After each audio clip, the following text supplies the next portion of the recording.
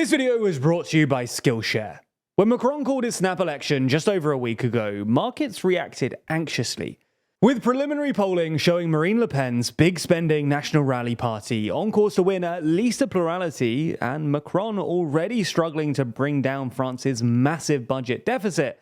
Investors started selling off French bonds, pushing up both the French cost of borrowing and the cost of insuring French debt against default.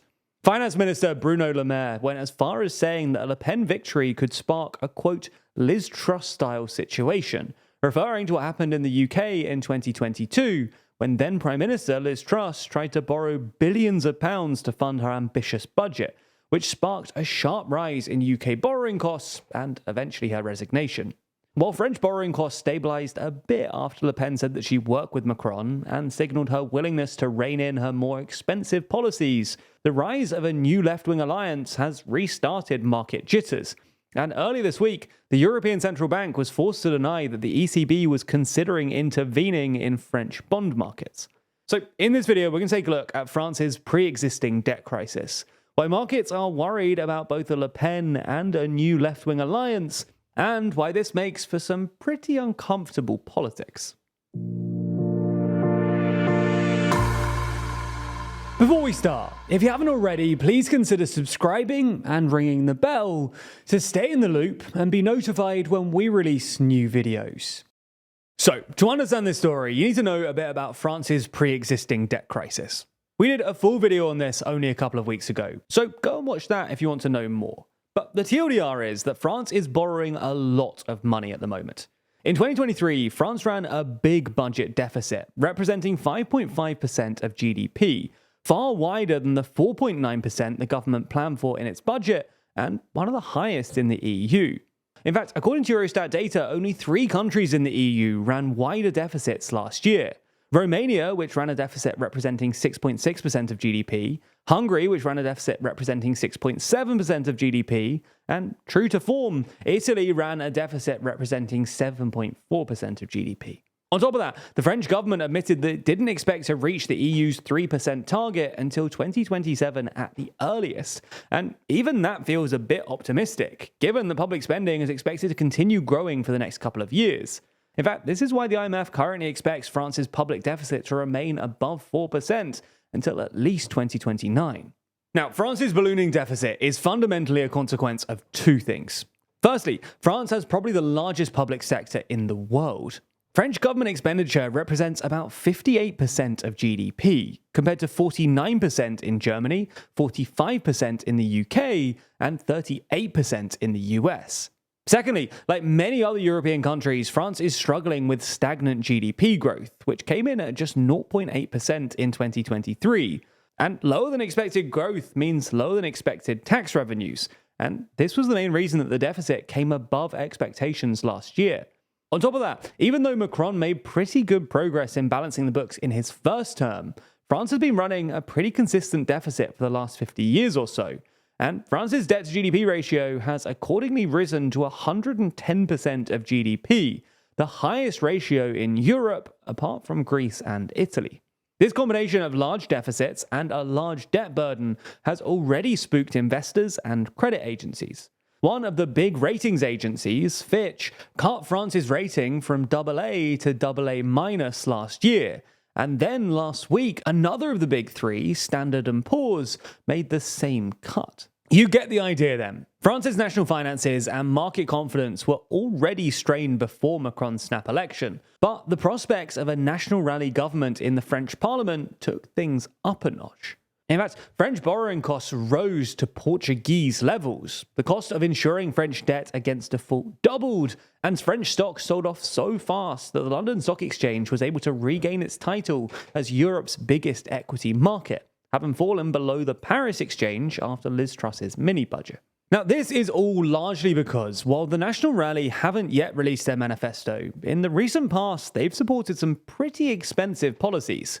An analysis of their 2022 manifesto, for instance, which included reversing Macron's pension reforms and scrapping taxes on a variety of things, including energy and fuel bills, estimated that it would cost the French state at least an extra 100 billion euros a year, more than 2 Liz Truss mini-budgets.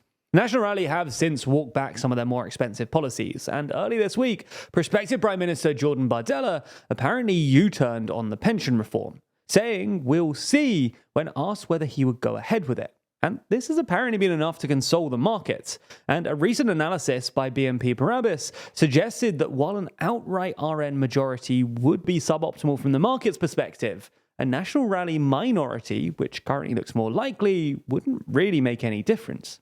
However, what markets are apparently now worried about is the new left-wing alliance, the New Popular Front, who are currently polling in second place. For context, the Popular Front is a broad electoral alliance mostly comprised of 4 left-wing parties: the Socialists, the Greens, the Communists, and Jean-Luc Mélenchon's France Unbowed. Unlike both Macron and the National Rally, they have released their manifesto, and, well, it's pretty radical. Not only do they want to reverse the pension reforms, but they also want to index pensions to wages. They also want to impose price controls on various essential goods, including food, energy, and fuel, to tamp down inflation, as well as raising the minimum wage by 15% to €2,000 a month, drastically increasing civil servant salaries, and introducing massive increases to both housing and disability benefits. In order to pay for all of this, they want to increase taxes on the highest earners, establish a wealth tax, and re-establish what's known as the exit tax, which is like a capital gains tax introduced by Hollande in 2011 that tried to deter wealthy people from leaving France, but was pared back by Macron in 2019. Now, the French Finance Ministry estimates that this could cost nearly €300 billion a year, and this is the outcome that the markets are apparently most worried about. Now, Macron and his allies have understandably tried to weaponize their bond market against their opponents, with the French finance minister warning of a Liz Truss-style debt crisis. While this has sort of worked, insofar as it's forced the National Rally to ditch some of their more generous and popular policies, it's not proving as effective a political tactic as Macron might have hoped. Both because Le Pen and Bardella just blame Macron for France's fiscal woes, and because, to much of the electorate, telling them they'll be punished by the bond market unless they vote for Macron feels like economic electoral blackmail. A week or so ago, we announced that we're working on a physical magazine which dives deep into the upcoming UK general election. But it turns out that designing a magazine isn't all that easy. So I headed to Skillshare to take a look through some of their design courses, including the incredibly helpful course, How to Design a Magazine and Learn InDesign, which helped me to do both things. This means that unlike when I tried to learn InDesign for another never-released project a few years ago, I was guided through the process quickly and efficiently.